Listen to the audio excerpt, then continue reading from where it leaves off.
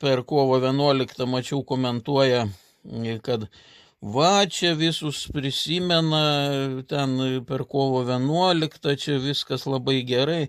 O kodėl garbingus signatarus pamiršo? Kur Vytautas Petkevičius? Kodėl pamirštas? Va, garbingas signataras. Va, tai aš prisiminiau jūsų pasakojimą. Taip, kaip jis vaikščiojo Radvilišky Kudirkos dabar toj mokykloj, ant scenos atsistojęs pirmyn atgal, pristatinėjo savo knygą Priemiesčio žmonės ir ten mūsų varė visus į tą į tą salę. Jis ten pasakoja ir sakė, koks buvo man malonumas, kaip aš bandytų vaikus šuliniuose skandinau. Va, čia tas garbingas... Aš pati girdėjau. Va, jūs pati girdėjot.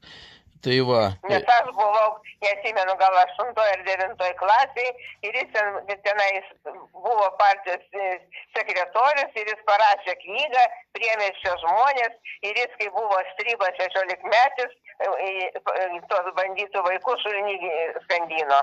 Būdamas 16-metis Stribas. Tai reiškia, į šulinį, kur sumetė partizanus, tai čia bus jo darbai irgi. Taip, jo dar partizanų bandytų vaikus, pasakė jisai. Ne partizanus, bet bandytų vaikus šulinyje skandinom. Va, įsivaizduojat koksai. Vat jo žodžiai buvo tokie. Ir kad jam buvo 16 metų ir koks jis buvo aktyvistas. Teta, aš turiu tokį klausimą. Ar aš galiu tą pasakojimą jūsų panaudoti šitiems? Gali, žinoma, kad gali. Čia jau ne vieną kartą buvo prisiminta, kad jis taip buvo pasakęs. Ne aš vieną jau taip pasakė. Ir galiu pasakyti, kad yra liudininkė tokia ir tokia mano teta. Nu tai taip, kad aš buvau tada mokinė toj mokyklai ir būtinai pasakyti, kad jis buvo partijos sekretorius Radviliškio ir parašė, pasivaizdavo jau rašytojas pradedantis ir parašė savo pirmą knygą, kuri vadinasi Priemiesčio žmonės.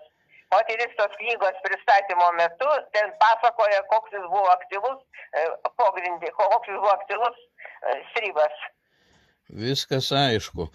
Gerai, labai vertingas jūsų pasakojimas, turi žinoti jaunimas. Aš tikrai girdėjau, jeigu dar galėsiu netyčia paklausti ir pas Reginutę Šiauliuose, jinai irgi buvo, irgi prisimins. Ko gero. Aš vieną ten buvom, ten mus daug suvarė buvo į tą salę. Va. Viskas aišku, teta. Labai ačiū. Čia yra tikras faktas. Labai ačiū Jums už istoriją ir už tikrą faktą. Čia tikras faktas, nes aš pati girdėjau, aš galiu liudyti.